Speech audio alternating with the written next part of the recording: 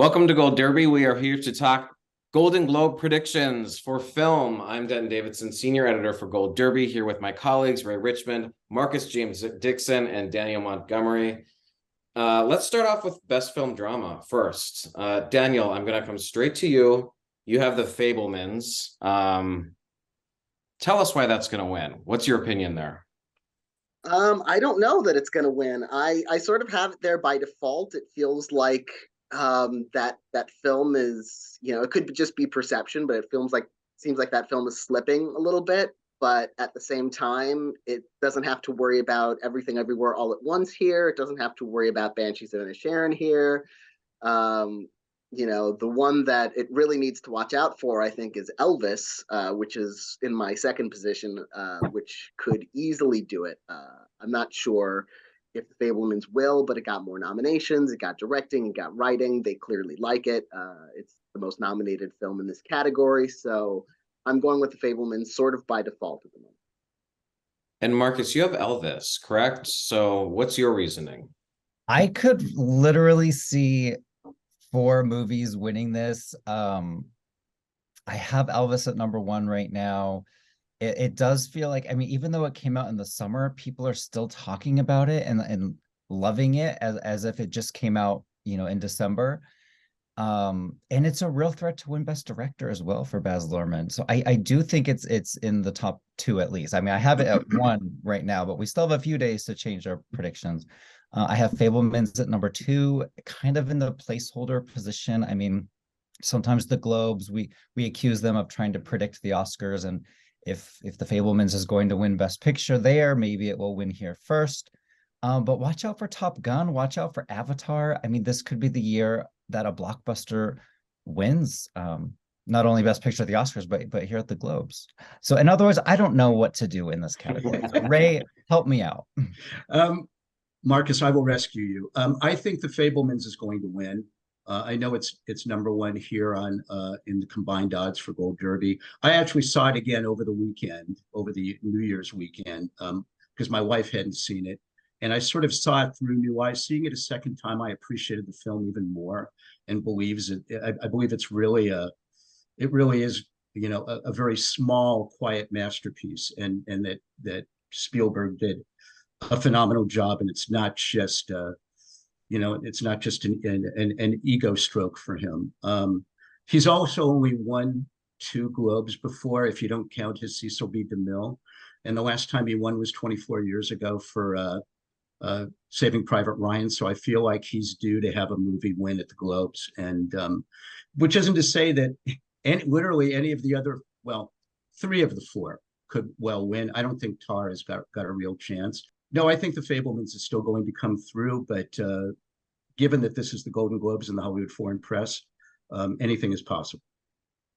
Yeah, when Spielberg hasn't won in over 20 years, you kind of think, like, is that a good thing or a bad thing for him? I don't know. It could go either way. They're definitely not afraid to award it to someone else. I'm with Marcus here. I have Elvis winning currently, just because they've loved musicals in the past. And I'm thinking Bohemian Rhapsody, and we had that ranked 5th, I think, in our odds that year, and it won. And I think it just won that and Best Actor. So, I could see Elvis having sort of the similar trajectory of Bohemian Rhapsody, and Elvis really was better received overall. I mean, in terms of critics' response in general throughout the year. So, yeah, this is a tough race.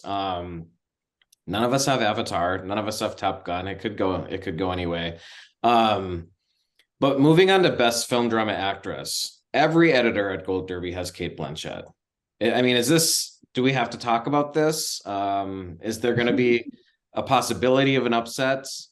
Who wants to go? I think Michelle Williams actually deserves it over Blanchett, and I know that's a controversial view. And Blanchett, yes, she has a great performance, but I thought that Michelle Williams' performance was much more nuanced and interesting, and she really carries a film that, without a great female lead, would have fallen by the wayside. So I really think that Blanchett will get it, even though I think Williams deserves it. But yeah, it's hard to. It seems like there's a Cate Blanchett victory train going. I think she won both the L.A. and New York critics over and won those awards. And generally, how they go is at least somewhat indicative of how the Globes are going to go. Yeah, I think Kate Blanchett could have won this category even without the Best Picture nomination for Tar, but I really feel it got that Best Picture nomination on her shoulders. Like that really showed how strong she is. I do think it's a two-way race. I think it's either her or Michelle Williams, but I think Kate Blanchett getting Tar into Best Picture help really kind of secures it for her. But not 100%, but maybe 90%. There could be some voters that are like, Kate Blanchett's won 1 million awards. Let's give it to someone else. And Michelle Williams is kind of always this underdog, but she won for Fosse Verdon at the Globes. I think she actually won, every televised TV award show that year. So Michelle also has won a lot of awards, but she's never won like a major movie feature film award. So that she did win the Globe for My Week with Marilyn. Oh, there you go. Thank you. But never won an Oscar. Yeah, but I think that's what everyone's thinking about is like, can Michelle finally win an Oscar? Yeah, I do think it's between these two, maybe an outside shot for Viola Davis, but my money's on Kate Blanchett. Yeah, I don't even need to add to that. I'm gonna go with Kate Blanchett, and like I said earlier, every editor at Gold Derby is predicting that right now, so she's a pretty heavy favorite. But Michelle's right up there with her. Best film drama actor, though, there is a little drama in this category. So I have Austin Butler winning this, and as do a lot of people, but Brendan Fraser has been a long time favorite for the Oscar. People have been talking about him in The Whale, and this is his big comeback. Daniel, can you talk about what's maybe complicated about Brendan Fraser winning the Golden Globe this year and why he might be the underdog? Yeah, it's he's the front runner for the Oscar, but here is a unique situation because he's not attending the Golden Globes. He's already said he's not attending the Golden Globes. And it's because he accused the former president of the Hollywood Foreign Press Association of groping him, non-consensually at an event. And so that's really hanging over this event. It'll be awkward either way. Like if he loses, it'll be like, okay, they denied him the award after accusing the Globe's president of misconduct. Or he wins and he's not there and everyone knows why and is reminded in that moment of, oh, this happened and we're at this party celebrating, and it'll be awkward all the way around. It'll be a huge test for Austin Butler if he wins, like what his speech is like. I doubt he'll address anything of it, but it might be a touchy moment. Yeah. I think for that very reason, though, Daniel, the Hollywood Foreign Press, I know that they're their own worst enemy. They're always stepping on their own foot. But in this case, if they gave it to Brendan Fraser, even with their past, even with this groping allegation against Philip Burke, they could cover themselves with glory, awkward moment or no, by showing they've let bygones be bygones. They've moved on. It's a new Hollywood Foreign Press. It's not your daddy's organization anymore. And look, we're leaving this all in the past, and we're awarding something based on merit instead of any issues that we may have had in the past. And I think he's going to, I actually think Brendan Fraser's, I'm picking him as an upset winner. You're really making me think about my pick, because I have Austin Butler winning, who really does deserve it, just as much as Brendan Fraser deserves it.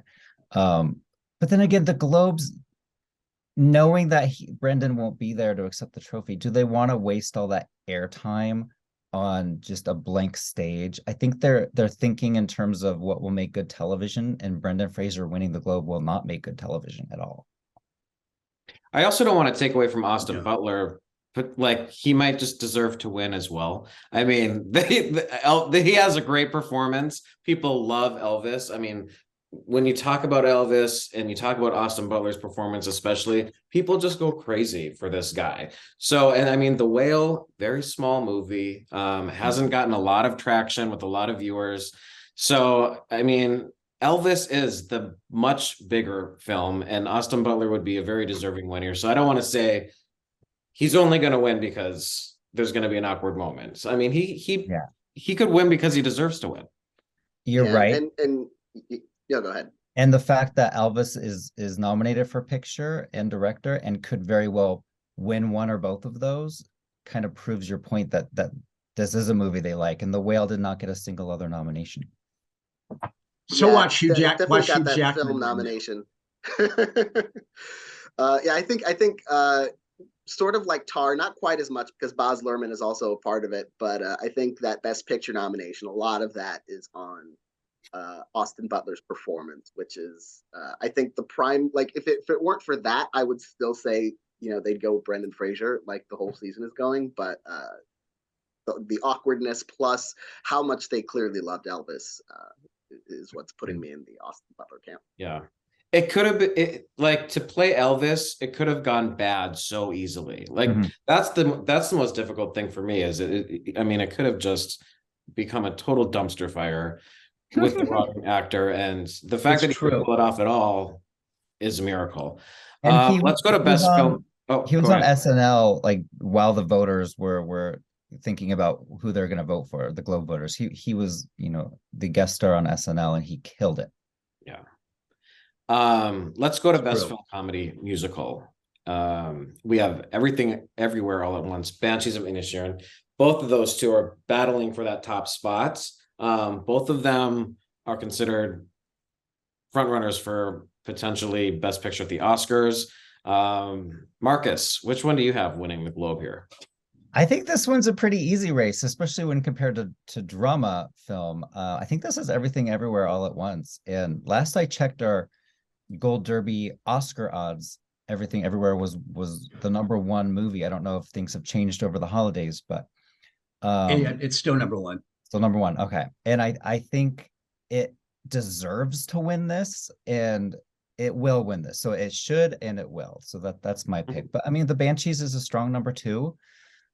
Glass Onion, I think maybe is the strong #3 here, but I'm curious to see what you guys think. Daniel, what are you going with? I had Banshees of Inisherin at first. I switched it to Everything Everywhere All at Once just because this race, like overall, seems to have shifted towards Everything Everywhere All at Once. At least that's where the momentum seems to be going right now. A lot could still change. And so, I feel like there's going to be like that bandwagon effect where, again, the Golden Globes want to seem like they're in the know.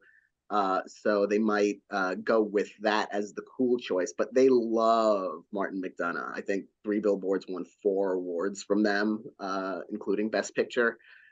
So, I would not count that out at all. But yeah, I think Everything Everywhere narrowly wins this over Banshees, but it could go either way. Ray, how are you feeling? Yeah, I pretty much agree with Daniel that on Everything Everywhere All at Once probably getting it. And there probably will be something of a bandwagon effect with it winning several. But what I like to call the Richmond theory of the Golden Globes, which is all other things being equal, go with the UK nominee. They like their UK people in the Hollywood foreign press. And Martin McDonagh is somebody that you would think would be a darling for them and has been in the past. And I feel like this is a very tight race. If there was ever going to be a tie in a Globe race where they have twin winners, and because they have so few voters, that's entirely possible. But although more than they did last year, I guess 200 voters now. Banshees of Inisherin could slip in and claim it, but I feel like Everything Everywhere All at Once, has the added benefit of deserving it and being such a unique nominee, and such a different film, that they're going to look cool by picking it, and these voters like looking cool. Yeah, I agree. I have this, it's just in my gut. I feel like Everything Everywhere is just on the verge of sweeping the whole award season. I think that's what's going to happen. That's where my head is at. So I have it winning here. But if Banshees wins, that could, blow my mind and send us on a whole new trajectory. But I don't think that'll happen for Best Film Comedy Musical Actress, where Michelle Yeoh is out front. I mean, this is probably the easiest category to call of the night. Does anyone disagree with that? Yes. Okay. What do you think, Ray? I think Michelle Yeoh, yes, I especially after what I just said in terms of Everything Everywhere sweeping its categories. You would think that this is a complete no-brainer, but I feel like Emma Thompson is my dark horse. This whole season, she was a dark horse to get nominated, and I think she's going to be a dark horse to win. If she wins, I'll look like a genius. If she doesn't, no one will remember. That's the beauty of it. She has had Hollywood Foreign Press loves her. She's had 11 nominations in the past for the Globes, and the last time she won for her acting was 30 years ago. And this is somebody who I think they feel like they may need to reward again. The last time she won was for Howard's End in 1993. Wow. She for her acting. She also won for the script of Sense and Sensibility since then. But I feel like plus good luck to you, Rio Grande was so good. She was so great, and I feel like it's an underappreciated film. And I think she's going to slip in and upset Michelle. Wow. I'm not going to move her, but I'll move her up the rankings because of that. But I'm still not going to predict her over Michelle. Anyone else? I'm always weary at the Globes to pick someone like an Emma Thompson whose movie is not nominated. They tend to do that rarely. And I think you're saying she could win, but not that she will win. That's right? I think I think it's entirely possible that she will win. Not that it's a sure thing. And obviously, if she doesn't, it's going to be Michelle. But I feel like if there's an upset possibility this year, this is the one. I just can't wait to see the moment where Michelle Yeoh takes the stage. And this is her first Globe nomination ever. And, hopefully she gives a killer speech and skyrockets all the way to the Oscars. And wouldn't it be interesting if we had two Michelles and two Brendans winning at these Golden Globes, which is entirely possible. Best Film Comedy Musical Actor. Again, this one, Colin Farrell is so far out front, and our odds for Banshees, because the next batch of contenders haven't really been in contention at other awards. Their movies aren't as highly regarded, although Daniel Craig in Glass Onion and Diego Calva in Babylon,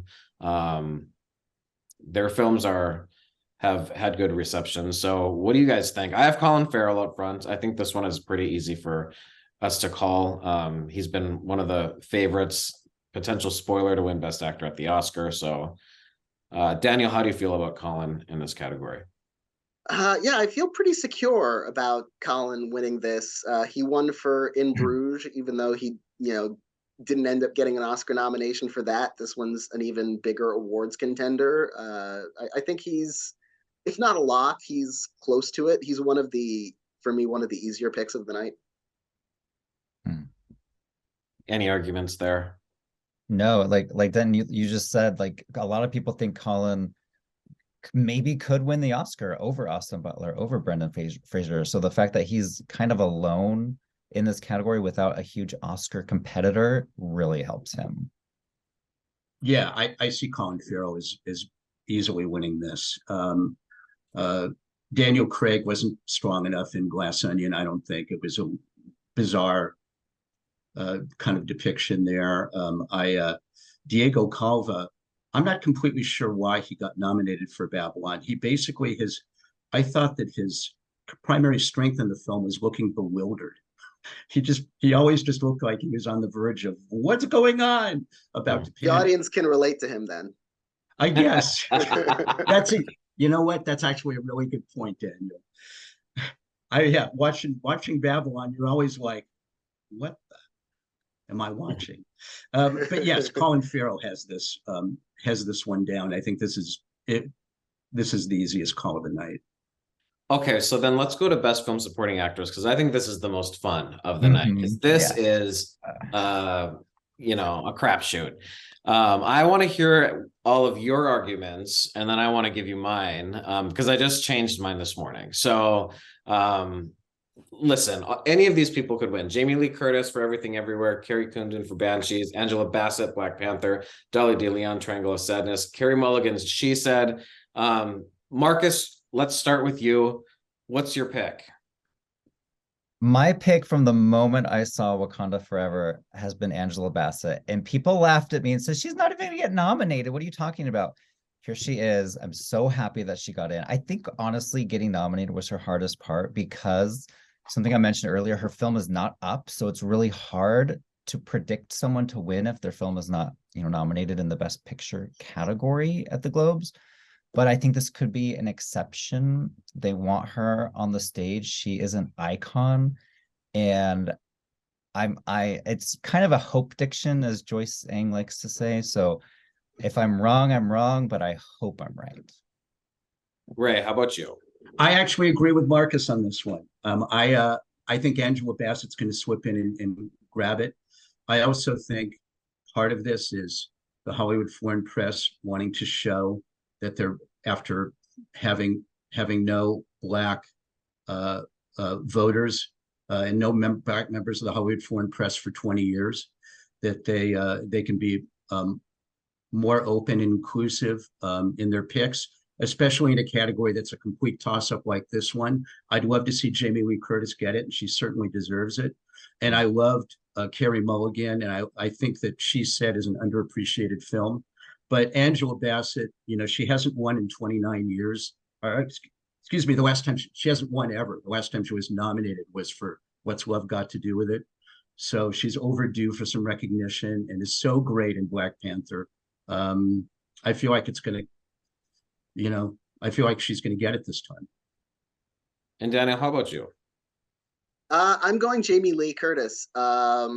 She's Hollywood royalty. Everything Everywhere All at Once has a lot of nominations. The Globes love, kind of second, third generation Hollywood stars, like her. And just how much she wants the awards recognition and how just open she has been to the whole campaigning process. I think has been really endearing. And the fact that she, she's a veteran, but she doesn't, she's never really been a huge awards player in her career. In terms of these top prizes like the Globes, the SAG Awards, the Oscars. She's been nominated, once or twice at multiple events, never at the Oscars. So I think there's a moment, a Jamie Lee Curtis kind of moment that's kind of taking shape here. It reminds me a little bit of Laura Dern when she won for Marriage Story. That there just sort of came this narrative of it's time. Like she should be an Oscar winner. She should have an Oscar. We've overlooked her for so long. So I've got Jamie Lee Curtis winning this, and I think we shouldn't underestimate also Carrie Condon. But I've already got Banshees winning 2 acting awards, so I don't think it'll win a third. So I've agreed with you all at one point or the other. So I had Jamie Lee Curtis for a long time. Then I had Angela Bassett. And Carrie Condon, a lot of people, she's the front runner to win the Oscar, but I just have a hard time wrapping my head around Colin Farrell and possibly Brendan Gleeson both losing the Oscar, and then her winning an Oscar for a movie that she's like the 3rd or 4th most memorable character in.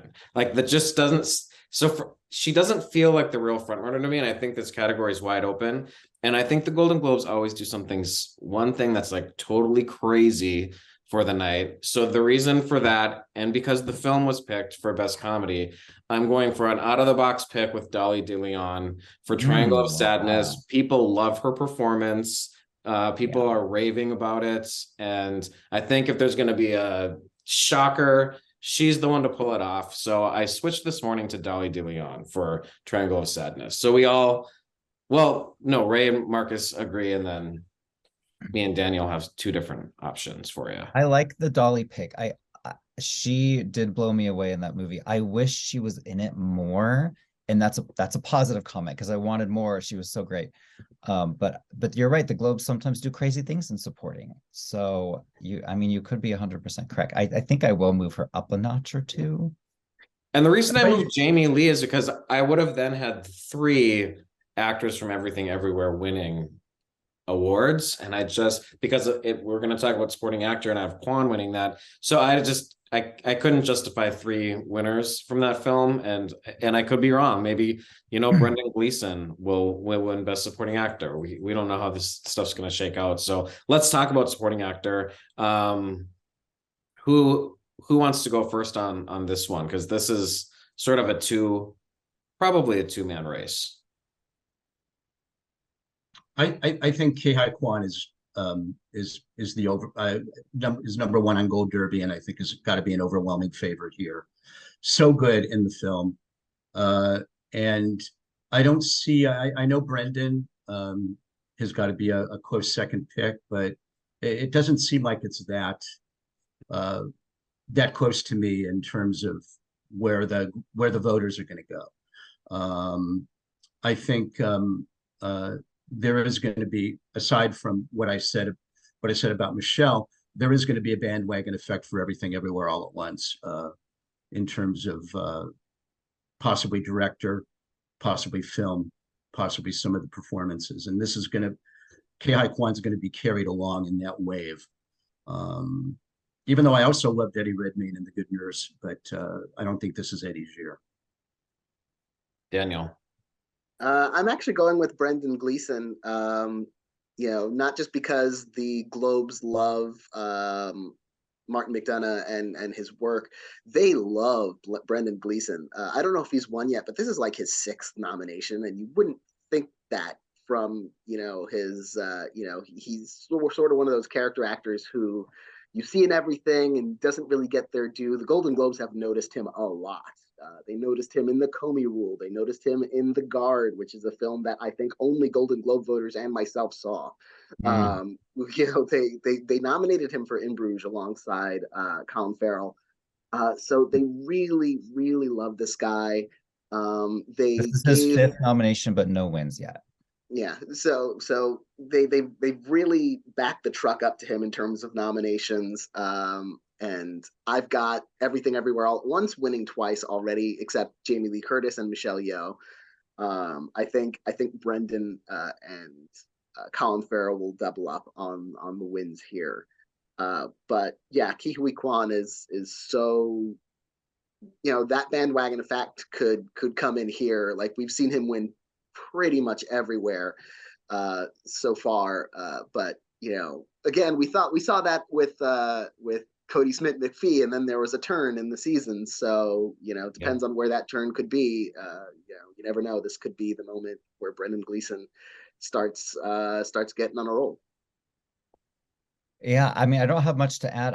I do think Brendan has a slight edge, but they loved both of these movies so much. They loved Everything Everywhere. They loved Banshees of Inisherin. So it's hard to know, in what specific category will one actor from one movie win, compared to the other movie. But I have Everything Everywhere winning comedy and actress, and then I have Banshees winning actor and supporting actor. So I think I'm good at that for now, but I'm probably going to change. It's that combination. Like, Daniel has one combination of those. I have a different one. It's tricky. I'm all over the map. Yeah. Let's talk film director. I'm going with an upset. I think Daniel's Everything Everywhere All at Once. They're going to take it over Spielberg. People keep saying, well, Spielberg obviously is going to win it, but we've already talked about this. He's lost for 20 some years. He hasn't won since Saving Private Ryan. I don't know if that's a good thing or a bad thing. So we've got that. They love Martin McDonagh. James Cameron is back with Avatar, Way of Water, and then Baz Luhrmann. I mean, that was a surprise to a lot of people. Not me, self-brag. But that a lot of people were surprised by that, and they love Elvis. I mean, he really could also win this. This is anyone's game. But like I said, I think there's going to be a Daniels Everything Everywhere surge all the way to the Oscars. Marcus, where are you on this race? I think Spielberg has a slight edge because the movie is about directing.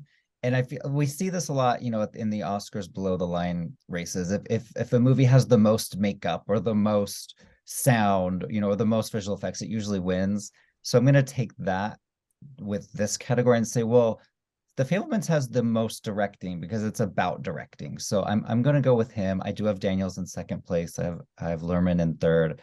I could also see James Cameron win this if they really love Avatar. Have him in fourth. Ray, how about you? I'm picking an upset here. You know, I already saw Austin Butler losing to Brendan Fraser, and here I think Baz Luhrmann, however, is going to win as director. I think they're blown away. You know, they like very fast moving shiny objects in the Hollywood foreign press, and there's nothing shinier than Baz Luhrmann's style. I feel like that style is going to sway them. Much more flashy than the quiet style of the Fabelmans and Spielberg. The Daniels could win, obviously, and that's a pretty flashy style too. But I feel like they're going to want to reward Elvis, and this is how they're going to do it: is by giving it to Baz. That's a good point, Daniel. Yeah, I could make a case for any of these five. I've got Spielberg. Like, it worries me that I like when I make the argument, it's like it's almost by default, that in Best Picture. You know, he's been out front for a while for directing. I think he's been a stronger Oscar frontrunner for director than the film has been for Best Picture. You know, especially since Daniels, my namesake, who I'm biased for. You know, even though they have the potential Best Picture winner and the show, like one of the showiest directorial pieces in this category, they're very new. They haven't, this is their breakthrough film. Really, they've had one other film before this, I think. But this is really their breakthrough moment. I don't know that they win for it. They might still be a little green for awards voters, which again, Elvis is showy. It could be Baz Luhrmann. Avatar is showy. It could be James Cameron. Fableman's actually one of the subtler nominees here. So I'm a little worried about my Spielberg prediction, but that's what I'm going with at the moment.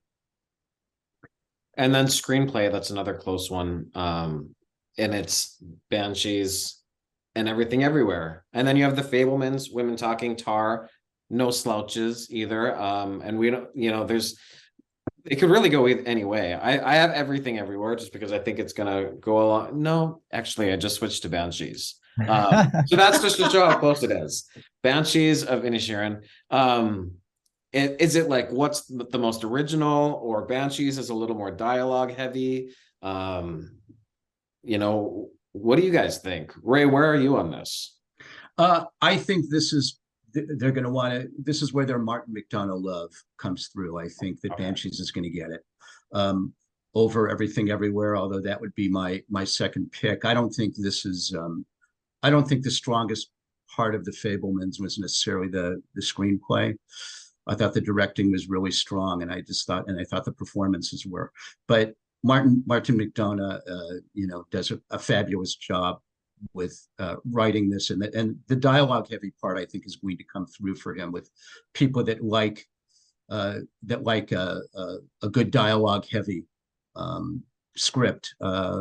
I don't think subtlety is something that appeals to the Hollywood foreign press voters. I think they like things to be out there and flashy and big. And in terms of screenplay, that's what Banshees of Inisherin was.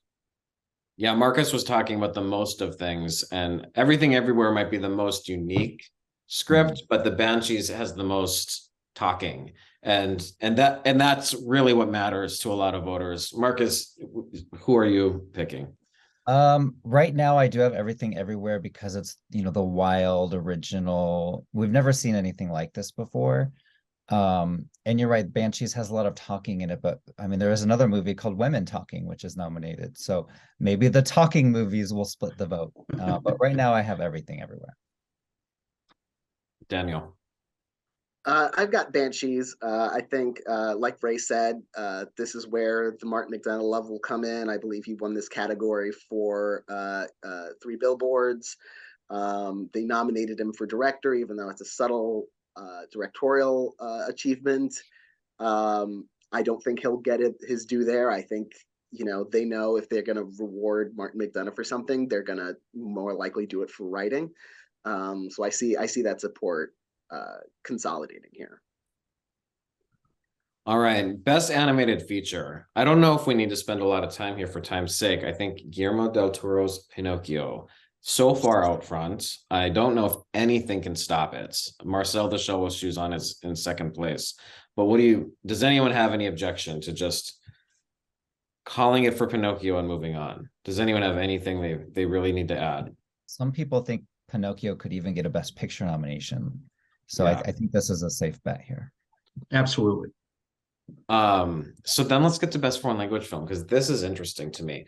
In our odds, RRR has taken over as the front runner to win Best Foreign Language Film, which is surprising to me, because I think All Quiet on the Western Front is such the obvious choice. I think All Quiet on the Western Front could get a Best Picture Oscar nomination. It's so beautiful. It's what films are made of. And I get RRR, and it's fun and it's flashy and they do amazing visual work. But I mean, I never thought in a million years that this would be considered a front runner to win this category. And I still just don't take it seriously. I still think it's All Quiet on the Western Front all the way. Does anyone disagree with me? Yeah, I've got RRR. Okay, why? It's the cool choice. I think its biggest downside, its biggest deficit is that it can't win the Oscar. It can't even be nominated because it wasn't submitted by India, and so if they want to predict the Oscars, they can't do that here. But you look at the landscape with Critics' Choice Awards nominating it for Best Picture and Best Director. It feels like, I think it would have gotten into Best Comedy Picture here if it had been eligible. I think foreign language films are only eligible for foreign language. And All Quiet on the Western Front, I have it at number 2. I think if it were gonna be that big crossover Best Picture kind of contender, that's a showy film directorially. I think we would have seen Edward Berger get in for that, sort of like Sam Mendes for 1917. But yeah, RR is the cool choice. It's got that extra song nomination. We know they watched it, and we know they really liked it, and it's got some momentum going its way. I think this is its win. Okay, I refuse. Marcus, what about you? What are you? I have both movies, RRR and All Quiet, getting Best Picture nominations at the Oscars right now. And so I think this is a really harder race than you would think it is. I have RRR in the lead because of everything Daniel said.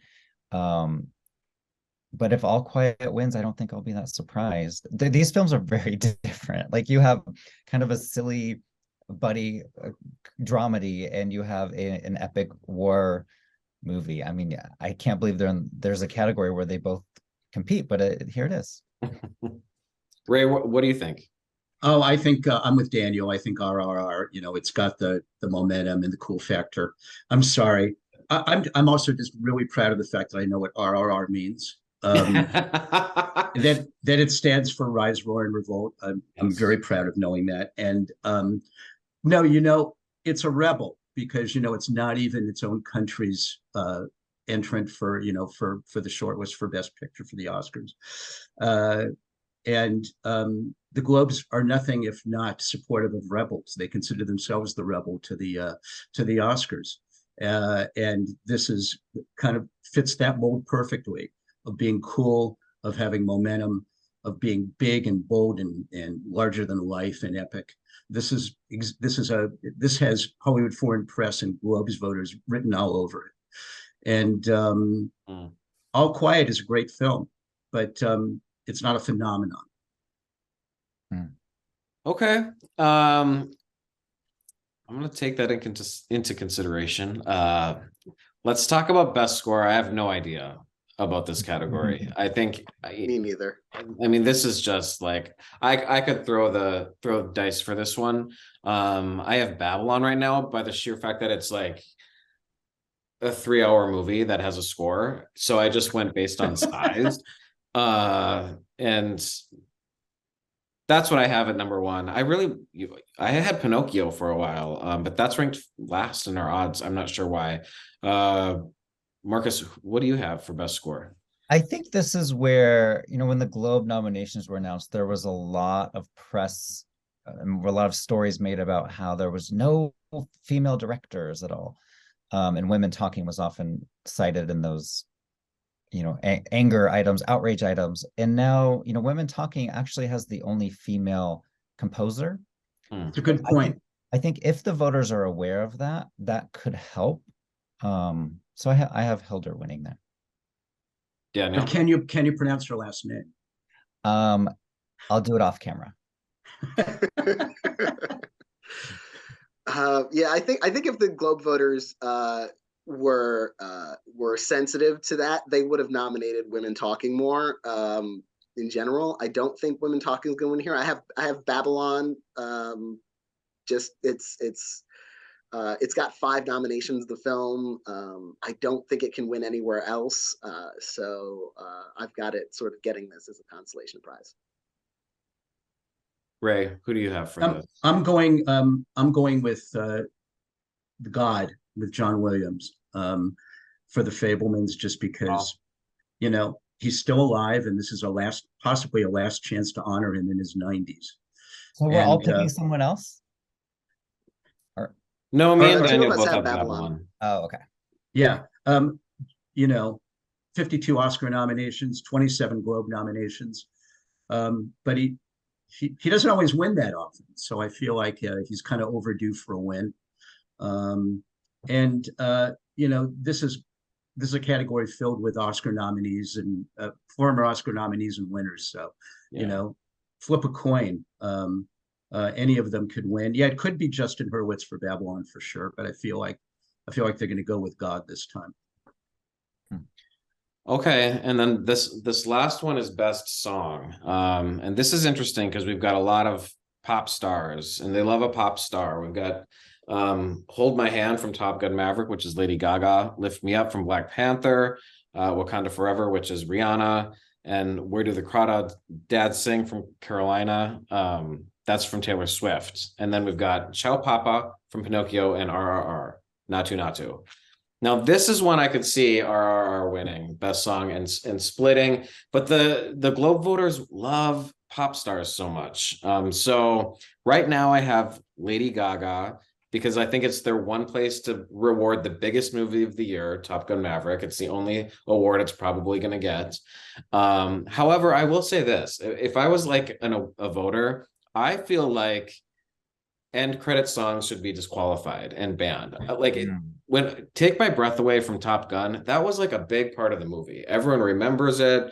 If you just put in a song and it's in like as the credits are rolling, I'm not into that. So for that reason, I think Ciao Papa from Pinocchio, I think that will probably win the Oscar. I think for that reason, that's my front runner for Oscars, but I don't think Golden Globes subscribe to that. I think they want the biggest star there. I don't know if any of these people will show up, but so right now I have Hold My Hand, but this is one I'm most likely to potentially change. Ray, who do you have? Right now I have the Lift Me Up from Black Panther, Wakanda Forever. Yeah. And there's stars there. You have Rihanna there too, although she's not as big as a pop star as Taylor Swift or Lady Gaga. I feel like all things being equal, they're going to go with something that has an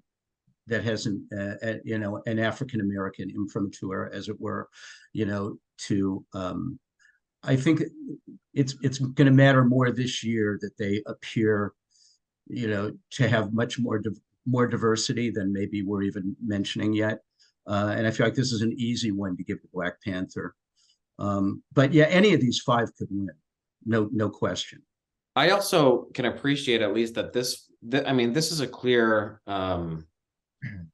tribute to Chadwick Boseman, and the director of the film was involved in writing of the song. So it's very intertwined in the film and the message and the story. So I like that. To me, this is not just throw it on the end credits of a movie. So Daniel, who do you have winning this category? I've got Hold My Hand from Top Gun Maverick. Lady Gaga's won this before for Shallow from A Star Is Born. So there's no rush to reward her, but she also won for American Horror Story Hotel, so they love Lady Gaga. But if not that, I think RRR for Natu Natu. It's a song that plays a big role in the movie itself, so it really stands out. I think it could win the Oscar. It would be the cool choice again. Even though you've got pop stars in this category, I think you've got more traditional kind of song from a movie songs in here, and then you've got Natu Natu, which is this dance interlude in this action film. So I think it's one of those two, although I can also see actually one of those three. I think Lift Me Up also has a really good shot here too. I think it's between those three. Natu Natu's giving Jai Ho vibes big time. Yes. Yeah. Marcus, who do you have winning? Can we do a write-in vote for Corn Puddin' from Schmigadoon, the Emmy winner in Best Song? Shame on the Globes for not having TV songs eligible, but I do think the Lady Gaga mixed with the biggest movie of the year, not counting Avatar, Top Gun, I think that will take the Globe. Second place, I think Natu Natu, and I realize now that means RRR could win 2 Golden Globes, which is crazy to think about. But crazier things have happened. All right. Well, that wraps up film. So everyone get out there, make your final predictions. And we'll be back after the Golden Globe Awards to probably dissect and discuss where we were right, the very, very few things we were wrong about. And we'll be discussing TV predictions in a completely different podcast. So check those out in a different one. And thanks for joining us. And thanks for joining Gold Derby.